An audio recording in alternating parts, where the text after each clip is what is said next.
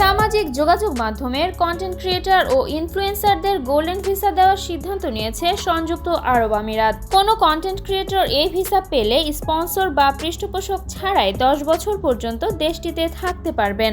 আরব আমিরাতের সরকারি কর্মকর্তাদের বরাতে এক প্রতিবেদনে গালফ নিউজ জানিয়েছে, সামাজিক যোগাযোগ মাধ্যম ও ডিজিটাল মিডিয়া খাতে সংশ্লিষ্টদের জন্য আমিরাতকে প্রধান গন্তব্য করার লক্ষ্য নিয়েছে সরকার।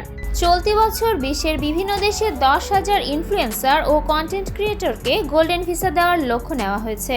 আগ্রহী কন্টেন্ট ক্রিয়েটর বা ইনফ্লুয়েন্সারের জন্য মানও নির্দিষ্ট করে দিয়েছে আমিরাতের সরকার।